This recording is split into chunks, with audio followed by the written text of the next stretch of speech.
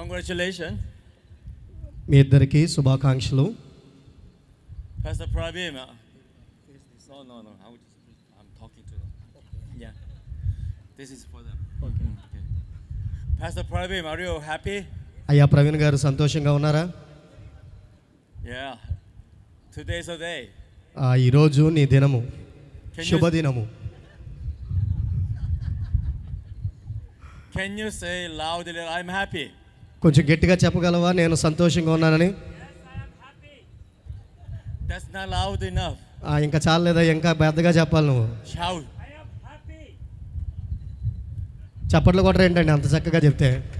Did you hear over there? విన్నారా లేదా? చివరికి వినబడిందండి?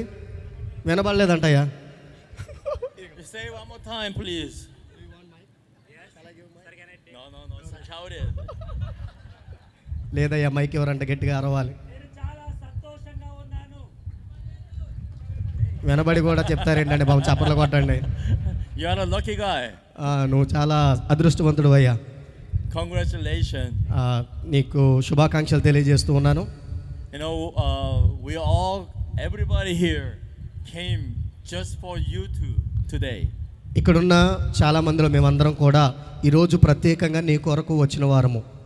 They all want to celebrate together and congratulate you together and bless you too.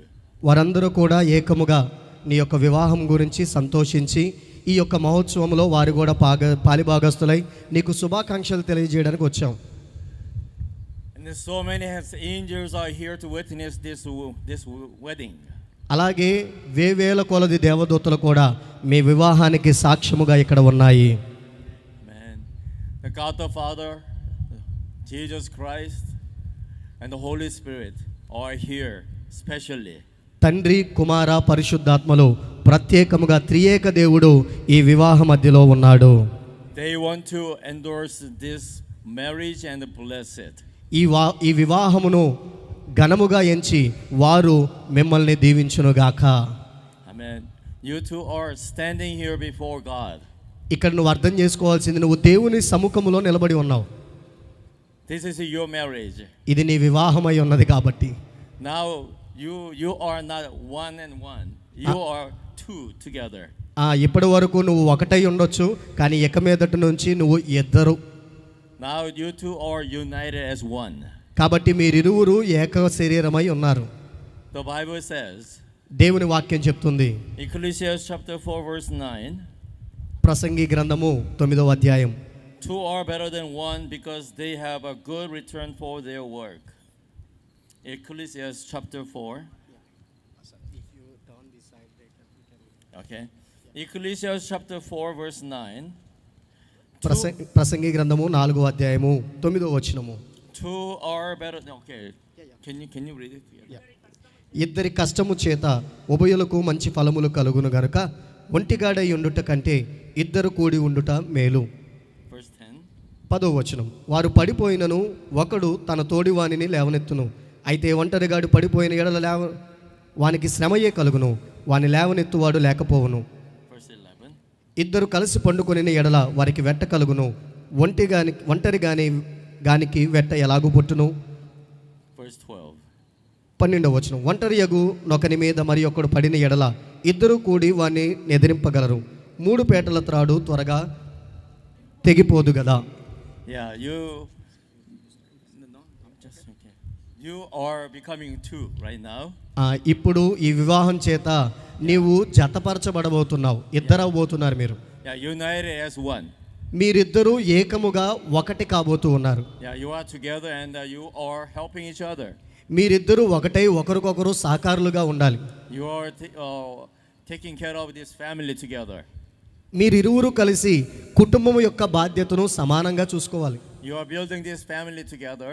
ఈ యొక్క కుటుంబాన్ని మీరు కలిసి కట్టుకుంటున్నారు. You are always one together united. కాబట్టి ఈ కట్టుకునే క్రమంలో మీరిరువురు కూడా ఏకముగా ఉండాలి. Then you will be much stronger than before. ఇలా ఉండడం వల్ల ఇంతకు ముందు కంటే మరింత బలముగా మీరు ఉందురుగాక. You will do much more work. ఇప్పుడు చేసిన దానికన్నా ఇంకా గొప్పగా నువ్వు సేవలో ముందుకెళ్ళగలవు. And then you will offer more fruit to God. ఇప్పటి వరకు సంపాదించిన ఆత్మల కంటే మరిన్ని ఆత్మఫలములు నువ్వు సంపాదించగలవు. And then you will be the light and the salt to the world. ఈ లోకానికి ఉప్పుగా అలాగే వెలుగుగా నీ యొక్క కుటుంబ జీవితము ఉండగలదు. Even more than before.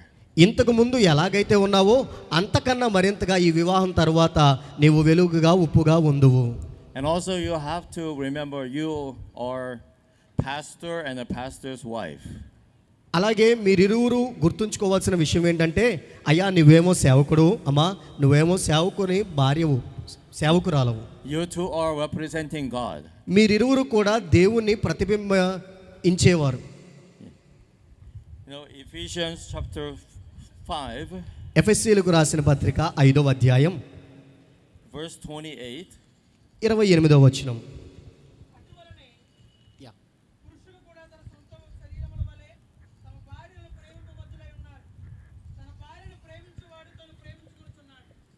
Verse 29. 28, 29 నేను చదువుతానండి. అటువలనే పురుషులు కూడా తమ సొంత శరీరముల వలెను తమ భార్యలను ప్రేమింపబద్ధులై ఉన్నారు. తన భార్యను ప్రేమించువాడు తను ప్రేమించుకొనుచున్నాడు. తన శరీరమును ద్వేషించువాడు ఎవడునూ లేడు గాని ప్రతివాడును దానిని పోషించి సంరక్షించుకొను. మనము క్రీస్తు శరీరమునకు అవయవములై ఉన్నాము గనుక అలాగే క్రీస్తు కూడా సంఘమును పోషించి సంరక్షించుచున్నాడు. ఆమేన్. ఆమేన్. Pastor Praveen. అయ్యా పాస్టర్ ప్రవీణ్ గారు, You have to love your wife like Jesus loves his church. యేసుక్రీస్తు తన సంఘమును ఎలాగైతే ప్రేమించాడో నీవు నీ సతీమణిని ప్రేమించబద్ధుడవై ఉన్నావు. How does Jesus love his church? యేసు ఎలాగా తన సంఘాన్ని ప్రేమించాడో తెలుసు కదా. He serves his church. ఆయన తన సంఘము కొరకు పరిచారము చేశాడు. He takes care of his church. ఆయన సంఘమును ఆయన సంరక్షించుకుంటున్నాడు. And Jesus is always for the church. సంఘము కొరకు ఎల్లవేళలా యేసుక్రీస్తు సిద్ధముగా ఉన్నాడు. Likewise, అదే విధముగా she will be with you all the time. ఆమె అన్ని సమయాల్లో నీతో కూడా ఉంటుంది ఇక మీదట. And then she will honor you as her husband. నిన్ను తన భర్తగా గౌరవిస్తుంది. Just like in the church serves the Christ. సంఘము ఎలాగైతే క్రీస్తును గౌరవించిందో అలాగే భార్య తన భర్తను గౌరవించాలి. And then you two will be one. మీరిరువురు కూడా ఒకటిగా జీవిస్తున్నారు. And then you will represent the Christ and the church. కాబట్టి మీరిరువురు సంఘమును అలాగే యేసుక్రీస్తు యొక్క స్వారూప్యంగా ఉన్నారు. And verse 32 says that this is a profound mystery. 32వ వచనంలో ఈ మాట ఉంది, ఈ మర్మము గొప్పది. But I'm talking about Christ and the church. అయితే నేను క్రీస్తును గూర్చి సంఘమును గూర్చి చెప్పుచున్నాను. So marriage is about the Christ and the church. కాబట్టి వివాహం అనేది యేసుక్రీస్తు సంఘమునకు సంబంధించినది. Yeah. This is a profound mystery. ఈ యొక్క వివాహ బంధం అనేది గొప్ప మర్మము అని వాక్యం చెప్తుంది. Your relationship as husband and wife is a profound mystery. భార్యాభర్తలుగా మీ యొక్క వివాహ బంధం అనేది ఒక గొప్ప మర్మము దేవుని వాక్యాన్ని బట్టి. May the Lord build your home. దేవుడు మీ కుటుంబాన్ని కట్టునుగాక. May the Lord keep and guide your home. మీ యొక్క కుటుంబాన్ని ఆయన సంరక్షిస్తూ ఆయన తన యొక్క నిర్దేశం ప్రకారముగా నడిపించునుగాక. May the Lord build up your family. దేవుడు నీ కుటుంబాన్ని కట్టి ముందుకు కొనసాగించునుగాక. And guard your family. అలాగే నీ కుటుంబానికి ఆయనే సమస్తము ఉండి నడిపించునుగాక. May the Lord bless both of you. మీ ఇద్దరిని కూడా దేవుడు దీవించాలని కోరుకుంటున్నానండి. Be blessed. మీ ఇద్దరు కూడా ఆశీర్వాదకరంగా ఉండండి. And bless other people. అలాగే మీరు దీవించబడండి, అనేక మందికి దీవెనకరంగా ఉండండి. Be always happy. ఇద్దరు కూడా కలిసి సంతోషంగా ఉండండి ఎల్లకాలము. Amen. ఆమేన్. Make other people happy too. మీరు సంతోషంగా ఉండి ఇతరులకు కూడా సంతోషకరంగా ఉండేలా చేయండి. Be the joy to God. అలాగే దేవుని కూడా సంతోషించేవారిగా మీ కుటుంబము ఉండాలి. May God be delighted by you too. Your family too. మీ ఇద్దరిని బట్టి కట్టబడిన కుటుంబాన్ని బట్టి దేవుడు సంతోషించునుగాక. Amen. Praise the Lord. దేవునికి స్తోత్రం అండి. Amen. ఆమేన్.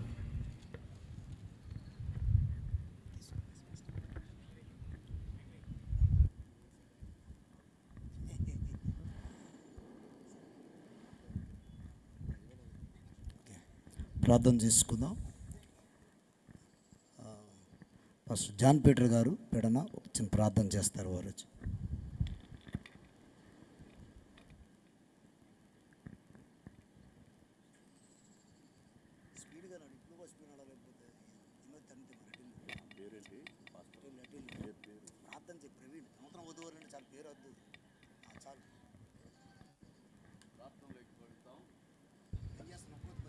ప్రార్థన. అత్యంత ప్రేమ నమ్మకం కలిగిన మా తండ్రి, నీ శ్రేష్టమైన నామను బట్టి వందనాలు తెలియజేస్తున్నాం నాయన. ఈ యొక్క నూతన సంవత్సరము మొదటి నెల మొదలుకొని 11వ నెల నాయన 27వ తేదీ ప్రభువా, మీ బిడ్డ యవనస్తుడు ప్రవీణ్ని ప్రభువా మీరు ప్రేమించి పరిచర్యలో అనేక యొక్క స్థలాల్లో మీరు వాడుకుంటూ ఈ సమయంలో నాయన జతపరచబడ్డానికి వివాహానికి ప్రభువా మీరు సిద్ధపాటు చేశారు నాయన. ఈ పరిశుద్ధ పరిణయ వివాహములో మీ దాసులు